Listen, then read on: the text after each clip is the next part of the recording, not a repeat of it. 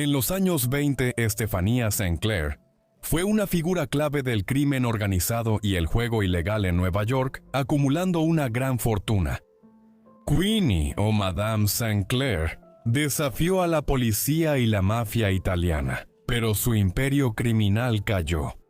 Acompáñame y descúbrelo. Las circunstancias del nacimiento y la vida temprana de Stephanie St. Clair no están 100% claras. Se cree que nació en Guadalupe, Caribe, la víspera de Navidad de 1897. Era de ascendencia africana y se piensa que su madre fue Felicien, pero no se conoce nada de su padre. Aunque era madre soltera y de origen humilde, Felicienne trabajó mucho para que su hija fuera a la escuela, dándole una mejor educación que muchos de sus futuros rivales criminales en Estados Unidos. Más tarde en su vida, desarrolló una historia en la que afirmaba que en realidad era de Francia, pero esto era simplemente parte de la propia automitificación de St. Clair. Algunas fuentes dicen que de adolescente, St. Clair dejó la escuela para cuidar a su madre enferma. Trabajó durante ese tiempo, ahorró dinero y, después del fallecimiento de su madre, finalmente dejó la pequeña isla en la que había crecido y se dirigió a Montreal. Sin importar los detalles de su nacimiento e infancia, sabemos que viajó a Estados Unidos en la década de 1910. Esto pudo haber pasado en 1911 cuando era adolescente, o tras la Primera Guerra Mundial. Vivía en Nueva York como una mujer joven de veintitantos años. A inicios de 1920 se estableció en Harlem, que desde finales del siglo XIX era ya una zona afroamericana de Nueva York. Aquí se especula que se enamoró de un delincuente menor llamado Duque.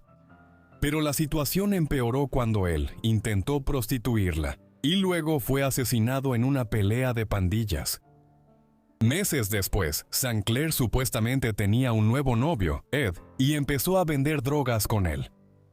Después de unos meses, ella había ganado alrededor de $30,000 y quería dejar a Ed. Cuando se lo dijo, Ed trató de estrangularla, pero ella lo empujó y él se golpeó la cabeza en una mesa, fracturándose el cráneo y muriendo después. Gran parte de esta especulación sobre la vida temprana de St. Clair proviene de una novela biográfica de Raphael Convillon, llamada Madame St. Clair, Reina de Harlem. No sabemos cuánto es cierto, pero sí hay certezas. Ella se unió a los 40 Ladrones, una banda criminal de la ciudad originada en la década de 1820, y pronto se expandiría al juego ilegal. Stephanie St. Clair se hizo famosa por su papel en el negocio de los números o juego de los números. Esto surgió debido a la política racial de la época, que en gran medida excluía a los afroamericanos de invertir en Wall Street. El negocio de los números, o banca de pólizas, como también se le conocía, era una forma complicada de eludir esta prohibición.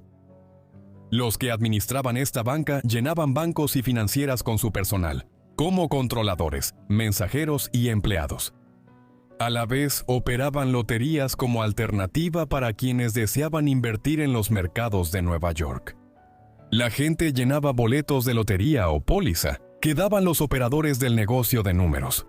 Luego, estos se llevaban a los bancos y casas financieras, donde los empleados de los corredores del negocio de los números invertían ciertas sumas de dinero en ciertas cosas, dependiendo de los detalles en los boletos de lotería. Así, la gente de Harlem, que vivía un gran auge económico en los años 20, podía invertir en Nueva York, sin que quienes manejaban las operaciones financieras de la ciudad supieran jamás quién estaba invirtiendo dinero. Otros simplemente apostaban sobre cuáles serían los resultados financieros del día en Wall Street y los bancos. Si las autoridades alguna vez investigaban algo de esto, quienes manejaban el negocio de los números decían que estaban operando una inocente lotería comunitaria. Este negocio de los números era en gran parte una forma de apuestas basada en el sector financiero de Nueva York y era ilegal según las leyes de la época. St. Clair empezó a destacar en el negocio de los números de Harlem desde los años 20, aunque se desconoce cómo obtuvo su capital inicial. Quizá fue por su tiempo en el negocio de las drogas, pero no estamos seguros. Los contemporáneos la describían como una mujer arrogante pero sofisticada y educada, con un temperamento feroz que a menudo dirigía hacia sus rivales. La personalidad de Sinclair la ayudó a tener éxito en este negocio. A mediados de los años 20, ella ya ganaba mucho al quedarse con un porcentaje de las apuestas en el negocio de los números. También operaba varias versiones de la lotería. Era popular una lotería con números sacados de una cámara de compensación de Nueva York. A diario, quienes apostaban con Sinclair apostaban a un número entre el 1 y el 999. Las apuestas solían ser pequeñas, considerándose una moneda de 5 centavos como una apuesta considerable. Pero con miles de participantes a diario, la cantidad de dinero involucrada podía volverse muy grande con el tiempo. Santa Clara y sus empleados generaban los números ganadores, usando el monto de liquidación diaria de los bancos de la Cámara de Compensación de Nueva York y el saldo de crédito del Banco de la Reserva Federal. La Lotería de Santa Clara era una forma de juego que premiaba el conocimiento del mercado de valores y el mundo financiero de Nueva York. Había mucho dinero que ganar con esto, y muchas personas del bajo mundo de Nueva York estaban involucradas en el negocio de los números durante toda la década de 1920 y hasta la de 1930. Santa Clara se hizo rica y fue conocida en Manhattan como Queenie, mientras que en Harlem la llamaban Madame Santa Clara. En 1930, un periodista de Nueva York calculó que ella tenía una fortuna de $500,000, equivalente a casi 10 millones actuales. Actualmente también era dueña de varios departamentos y casas en Harlem. La llegada de Sinclair al bajo mundo de Harlem pronto fue notoria. Dutch era su mayor rival en la lotería del norte de Nueva York. Schultz, cuyo nombre real era Arthur Flegenheimer y originario del Bronx, fue un jefe mafioso violento que se volvió un criminal destacado en Nueva York en los años 20. Tras entrar al contrabando de alcohol. A finales de la década de 1920, tenía a más de 100 personas trabajando para él, y algunos fiscales de Nueva York lo consideraban el enemigo público número 1 de la ciudad. Estaba muy ligado a la mafia en la ciudad, y a figuras como Charles Lucky Luciano y Mejelansky, aunque lo consideraban algo impredecible. Cuando la prohibición parecía terminar en los años 30, Schultz intervino en el negocio de Sinclair, exigiéndole que se lo entregara o le pagara un alto porcentaje de sus ganancias. Muchos otros habían cedido ante la presión de Schultz, pero Sinclair no sería uno de ellos. En los años 30, Estefanía organizó a sus clientes para oponerse intensamente a Schultz. Al saber que gerentes y dueños en Harlem recolectaban apuestas para Schultz, los enfrentaron violentamente y destrozaron sus negocios. Madame Sinclair llevó a cabo una campaña de intimidación, publicando anuncios en periódicos de Harlem, animando a los residentes a apostar con ella, una mujer negra local, en lugar de con Schultz. Schultz reaccionó rápido con una campaña de intimidación contra Sinclair que pronto incluyó secuestros y asesinatos. Se ofreció una recompensa por Stephanie, por lo que Sinclair empezó a usar casas seguras en Harlem. En su punto más álgido, esta campaña de brutalidad llevó a Sinclair a tener que esconderse bajo un montón de carbón para evitar ser asesinada por los hombres de Schultz durante un enfrentamiento. Por esta razón, mantuvo un perfil bajo y le pasó su negocio criminal a su principal ejecutor, Ellsworth Bumpy Johnson. Tras el conflicto, murieron más de 40 personas. El conflicto entre Sinclair y Dutch Schultz terminó en victoria para Estefanía. Esto se debió más a la impredecible política del inframundo de Nueva York en los años 30 que a cualquier acción de Estefanía. La relación entre Schultz y Lucky Luciano, jefe de la mafia italiana en Nueva York desde finales de los años 20, siempre fue tensa y empeoró cuando Schultz desobedeció una orden directa de la comisión liderada por Luciano.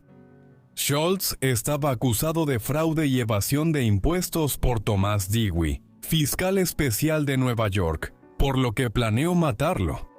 Esto ocurrió aunque la comisión de la mafia le advirtió que no lo hiciera, pues temían que matar a Dewey causara una gran represión. Como resultado, la comisión determinó que Schultz tenía que ser detenido. El 23 de octubre de 1935, le dispararon mientras estaba en el baño de un restaurante en Newark, Nueva Jersey. Murió al día siguiente por sus heridas.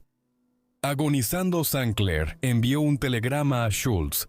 «Como es tu alma, así cosecharás», firmado como Madame Rainey de Policy.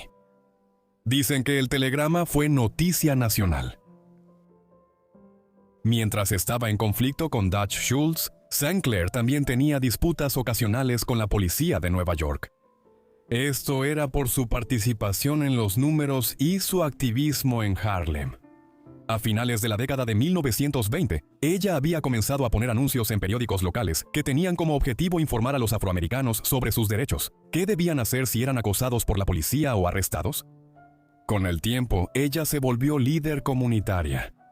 Estas dos cosas se combinaron para convertir a Estefanía en el objetivo de una campaña por parte de la policía de Nueva York, y en diciembre de 1929 finalmente fue arrestada.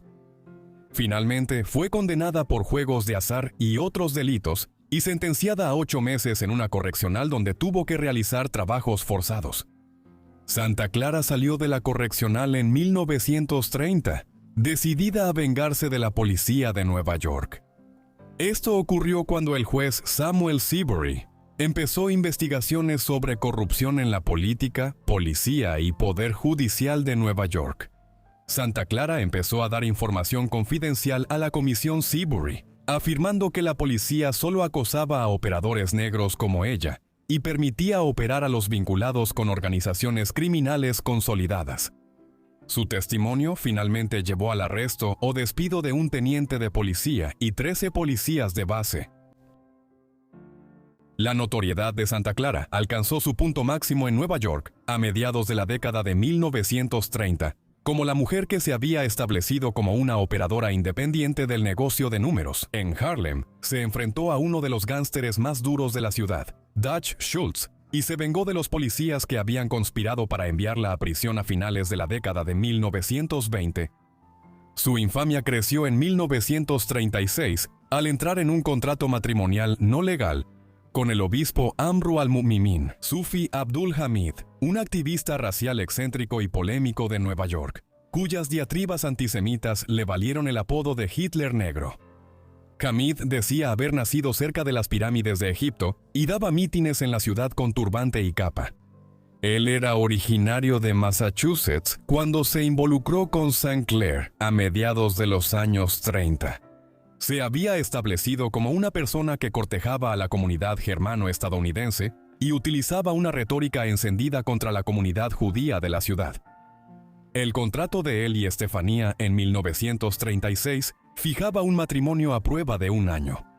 Si funcionaba, se casarían, pero no llegaron a eso. Hamid fue infiel y tuvo varias aventuras cuando Sinclair se enteró de uno de sus romances con Madame Fu Fatam, una adivina y mística de Jamaica. Ella le disparó 3 veces el 19 de enero de 1938. Aunque Hamid solo fue rozado por la bala, Sinclair fue acusada de intento de asesinato. En el famoso juicio, Hamid confesó ser Eugenio Brown, pero eso no cambiaría mucho. En su defensa, Estefanía dijo que enfrentó a Hamid por su trato cruel y que el arma se disparó durante un forcejeo entre ambos ex-amantes. El juez, no convencido, declaró que Santa Clara siempre vivió de su ingenio y la sentenció de 2 a 10 años de prisión. Fue enviada a cumplir condena en la instalación correccional de Bedford Hills para mujeres, en el condado de Westchester, al norte de Nueva York. Santa Clara salió libre de prisión en los años 40. Poco se sabe de su vida después, ya que mantuvo un perfil bajo durante esos años. Ya no habría anuncios en papel sobre disturbios afroamericanos, ni intentos de regresar al inframundo criminal de Nueva York. Aunque ya no dirigía su imperio de apuestas, seguía siendo adinerada por sus inversiones inteligentes, y se retiró a una mansión en Long Island, mientras participaba en negocios legítimos y legales en las décadas de 1940 y 1950. Bumpy Johnson, su asociado y luego rey de Harlem tras Sinclair, vivió con ella en sus últimos años y escribió poesía en su casa de Long Island. Las escasas menciones a sus negocios en esos años provienen de sus declaraciones y muestran a una mujer feliz en su retiro tranquilo. Murió en Nueva York en 1969 a los 72 años. Cuando falleció en diciembre, los periódicos no mencionaron la muerte de la ex Madame Sinclair. Gracias por ver este video sobre Stephanie Sinclair. Espero que les haya interesado. Déjenme saber qué les pareció su vida aquí abajo en los comentarios. Y si tienen alguna otra sugerencia, asegúrense de dejarla también en los comentarios. Espero que estén suscritos y tengan activadas las notificaciones para ver mis videos en cuanto los suba. Eso es todo de mi parte. Nos vemos en la próxima entrega de Vidas Olvidadas. Gracias.